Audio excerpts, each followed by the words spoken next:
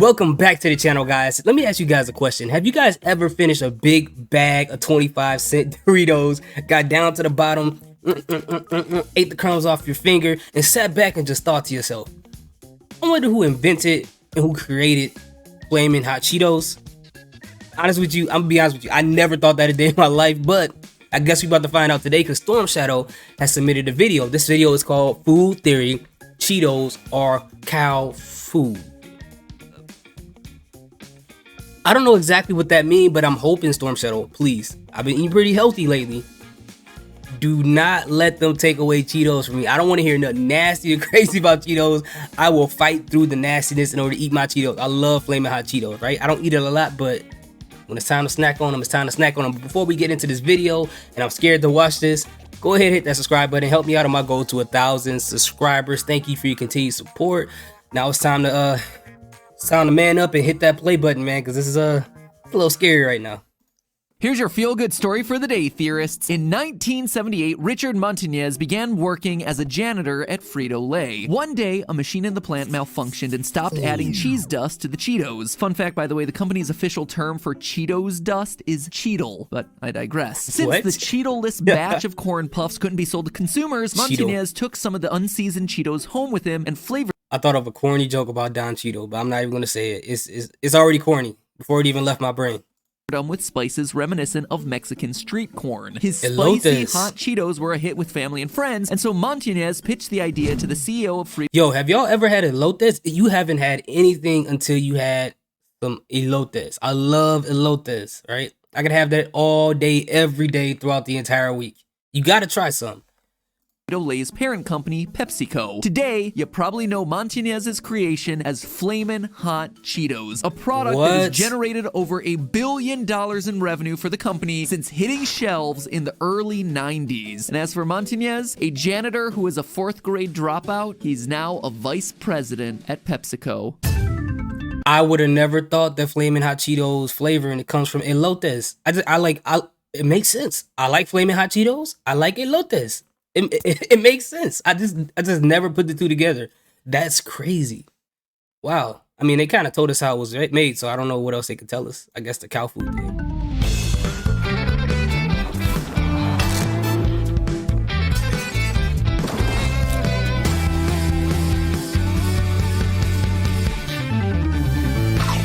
Internet, welcome to Food Theory. If you're hungry to learn, go ahead, snack on that subscription button. What can I say, theorists? Cheetos are just one of those foods. If I eat one, there is no way that I'm stopped until I reach the bottom of the bag. I mean, cheese puffs are basically everything I love rolled into one lumpy, lightweight snack. They're fried, they have salt, they have cheese, plus electroencephalogram results show that getting Cheeto on your fingers provides, quote, a sense of giddy subversion that consumers enjoy over the messiness of the product. So really, how am I not supposed to be addicted to these things? The folks over at Frito-Lay have clearly done their research. The Cheeto is a perfect, meticulously engineered snack food, or so it would seem, until you find out that they were a complete accident. You see, theorists, I recently went down a bit of a Cheetos rabbit hole when I started researching the origin story of Flamin' Hot Cheetos. Apparently, a biopic on Richard Montañez's life is in the works with Fox Searchlight, so initially I thought it might be a good topic for the Film Theory channel, but as I dug deeper into the history of Cheetos, I came to realize that the story of a janitor inventing Flamin' Hot Cheetos, as fascinating as it might be, was actually the second most intriguing story about the history of Cheetos. Because what really blew my mind was the story of how corn puffs themselves were invented, or should I say, rebranded. Folks, we were never meant to eat cheese puffs. No human was. Hats off to you, Cheetos. Game recognized game. You almost distracted me with your PR-friendly feel-good story about the janitor, but I'm past all that now. My eyes are open. Here's the real story here, theorists. The one that big snack food doesn't want you to know about. Cheese puffs are repurposed cow food. No clickbait here, friends. Cheese puffs are a straight up byproduct of livestock feed manufacturing. And lest you think that leveling up from livestock feed to human food would be enough for the audacious cheese puff think again. At this very moment, even as we speak, your favorite crunchy cheese snack is quietly rebranding itself yet again. And this time, it's not aiming for the moon, it's aiming for the dang stars. Let's jump right in, friends, because today's food theory is utterly outrageous. The cheese puff's origin story begins in the early 1930s in Beloit, Wisconsin, where a man by the name of Claire Matthews came up with an idea for a feed grinder. This machine was capable of breaking corn and other popular livestock feeds into smaller flakes, which was handy because the smaller sized flakes were easier for animals to ingest. Matthews got a handful of business partners together, and in 1933 they founded the Flackall Corporation, a Beloit-based company dedicated to producing flaked livestock feed with its patented feed grinder. But what they didn't yet realize is that they had also invented the world's first corn puff snack extruder. See, two things would happen whenever their feed grinder was run for an extended period of time. One, the machine would get hot. Two, it would clog. In order to prevent clogging, every so often the machine operators would pour moistened corn kernels through the feed grinder in order to flush it out a bit. Now, if the moistened corn happened to get fed through when the machine was really hot, the corn would come out on the other end in long, puffy ribbons, almost like lumpy, bumpy strings of Cheetos. popcorn. This clip from the BBC actually does a great job of succinctly explaining how a corn puff snack extruder actually works. The raw maize goes inside,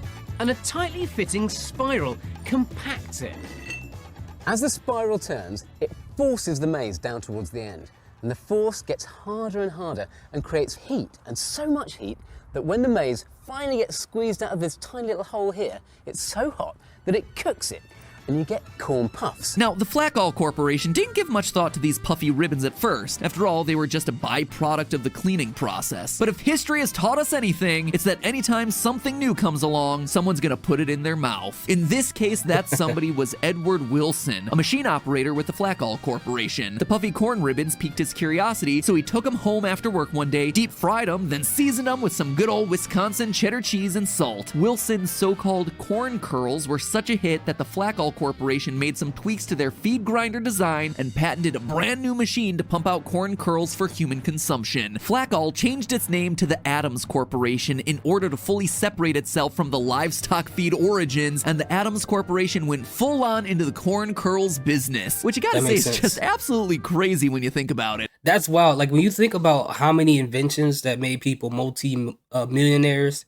that came from an accident, or even just from a small touch of a flavor, and then all of a sudden changed their entire life into a direction and put them in a direction that they never thought of.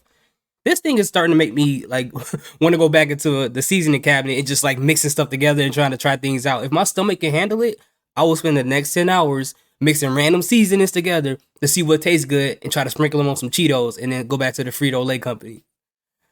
I don't know if my acid reflux can take it, but I'll definitely try it.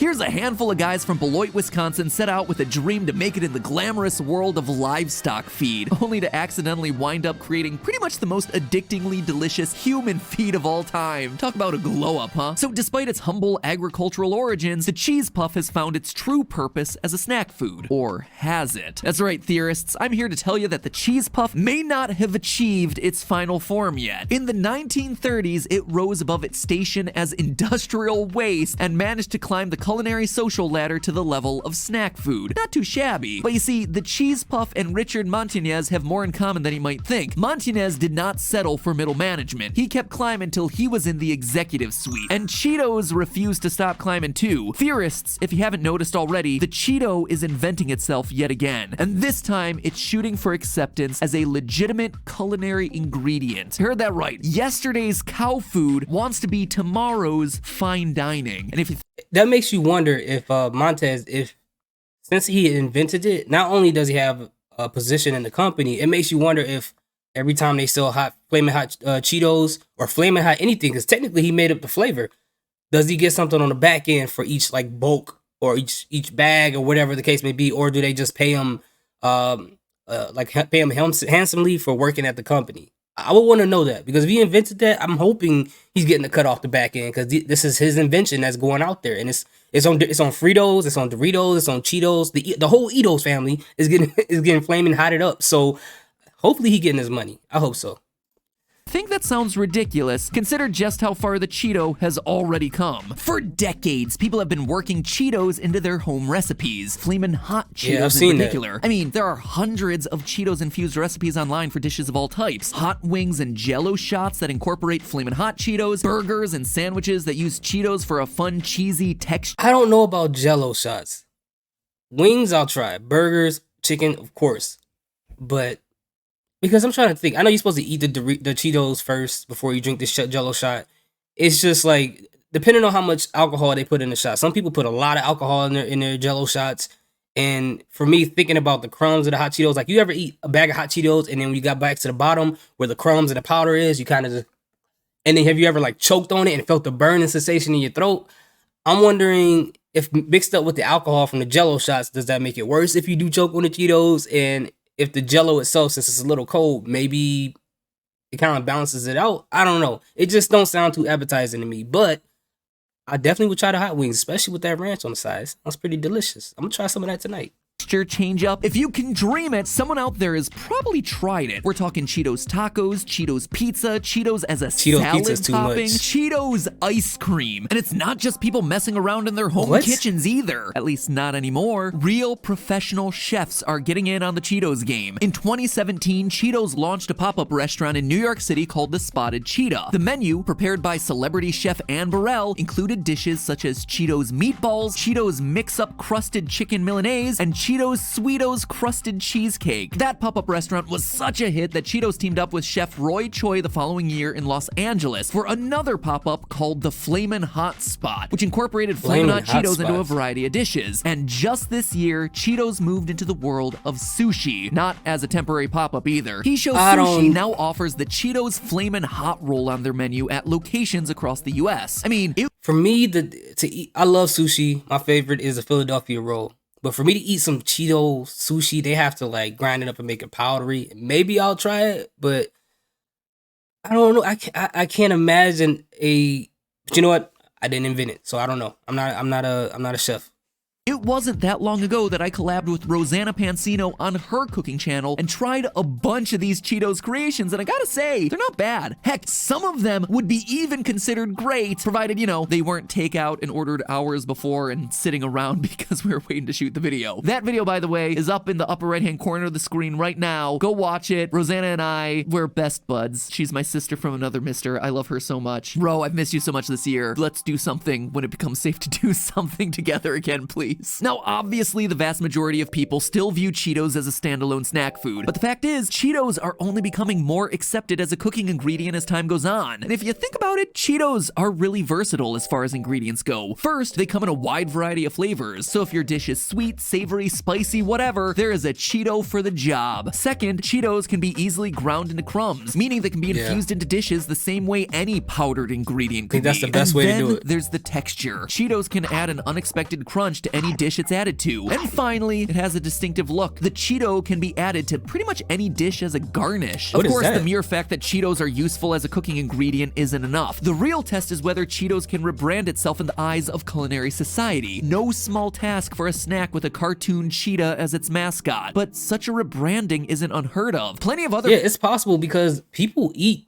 caviar. People eat fish eggs. People eat shrimp, which is considered to some people being the roaches of the ocean, quote unquote. I'm not a shrimp eater, but there's so many different things that were once something that people didn't really think about eating, especially fish eggs, that people eat and spend a lot of money on. It costs a lot of money to get some of that stuff. So, I mean, Cheetos already something that, you know, that you can eat, people that knows about it, stuff like that. It becoming something that's, I guess, fancy or high class, whatever the case may be. It isn't that far-fetched. It really isn't.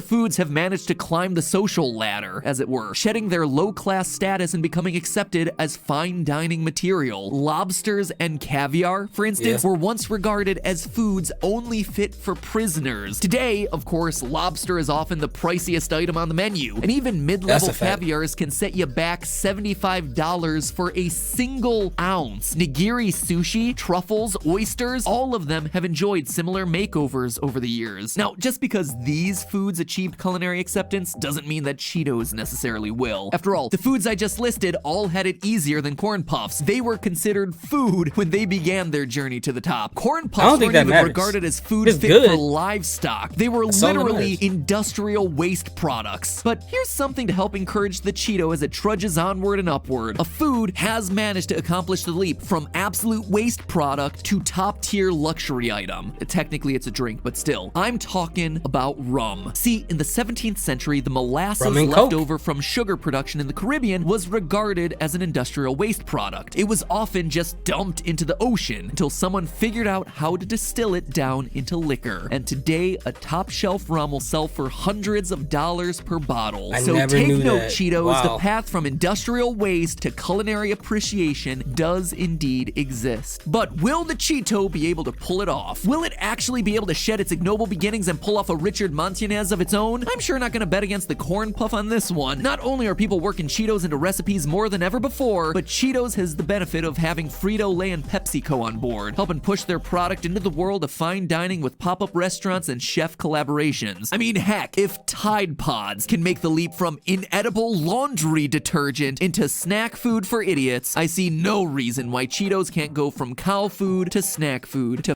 I still don't get what that was about. I remember when those kids were eating Tide Pods. I mean, they look like Jell-O, but I don't know what started it. Who was the person that was like, we should try this? The bags that's Tide on it. I don't know.